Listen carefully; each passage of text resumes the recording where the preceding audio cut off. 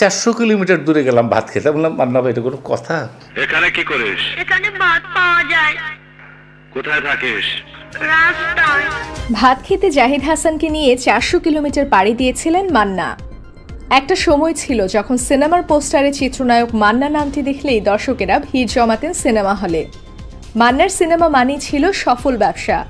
কিন্তু 2008 সালে 17 ফেব্রুয়ারি হৃদরোগে আক্রান্ত হয়ে পৃথিবীর মায়া ত্যাগ করেন মান্না। মৃত্যুর 17 বছর পার হলেও এখনও মান্নার জনপ্রিয়তা কমেনি। ঢালিউডের প্রয়াত এ নায়ককে নিয়ে সম্প্রতি এক সাক্ষাৎকারে স্মৃতিচারণা করেছেন অভিনেতা জাহিদ হাসান। মান্নার সঙ্গে হলিউড ও লন্ডন সফরের স্মৃতি স্মরণ করেন এই অভিনেতা। মান্নার সঙ্গে লন্ডন সফরে গিয়েছিলেন জাহিদ হাসান। অভিনেতা জানিয়েছেন, ভাত খাওয়ার জন্য মান্না তাকে নিয়ে পাড়ি দিয়েছিলেন 400 কিলোমিটার রাস্তা। জাহিদ হাসান বলেন, মান্না ভাইয়ের সঙ্গে একবার লন্ডন সফর করেছি। রাতে আমাকে বললেন, ভাইজান তুমি এসো। যাওয়ার পর জানতে পারি তিনি ভাত খেতে চাচ্ছেন, মাছ দিয়ে ভাত। মাত্র 3-4 দিন হলো, কিন্তু আমরা গেলাম, বার্গার ও অন্যান্য ফাস্টফুড দিয়ে চলছিল আমাদের।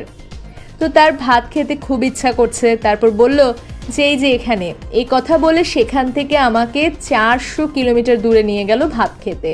আমি তাকে বললাম, মান্না ভাই এটা কোনো কথা? ভাত খাওয়ার জন্য আপনার এমন করতে হবে? 5 দিন ভাত না খেলে কি হয়? উনি তখন বললেন, বুঝো না, ভাত খাবো তো। এই হলো মান্না ভাই, একটা প্রাণোচ্ছল মানুষ। মান্না ভাইয়ের সাথে লন্ডনে একবার সফর করছি। লন্ডনে সফর করার মান্না ভাই যে এরকম রাত্রে বললো যে ভাইজান তুমি আসো। বললো যে যাবো, ভাত খেতে পারতেছে না। মাত্র কিন্তু গেছি 3-4 দিন, বার্গার টার্গার খাইছি, তার ভাত খেতে ইচ্ছা করছে, মাছ দিয়ে ভাত। তারপর বললো যে এই যে এখানে।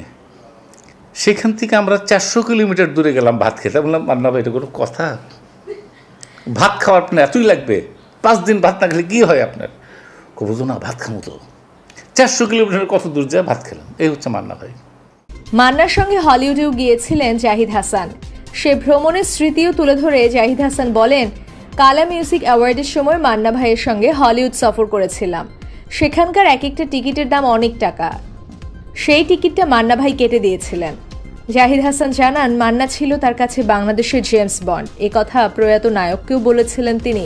জাহিদ হাসান বলেন, একটা অনুষ্ঠানের উপস্থাপনা করছিলাম, তখন মান্না ভাইকে নিয়ে বলেছিলাম যে বাংলাদেশের পিয়ার্স ব্রসনান, তাকে দেখে জেমস বন্ড মনে হয়েছে আমার কাছে।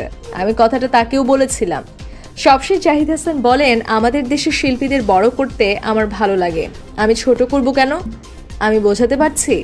মান্না ভাইয়ের ব্যাপারে আমি যখন হোস্টিং করছিলাম বাংলাদেশ কলকাতা, মান্না ভাইয়ের ব্যাপারে আমি বলছিলাম যে বাংলাদেশের পিয়ার্স ব্রসনান জেমস বন্ড আমার কাছে মনে হয়েছে তাকে দেখে।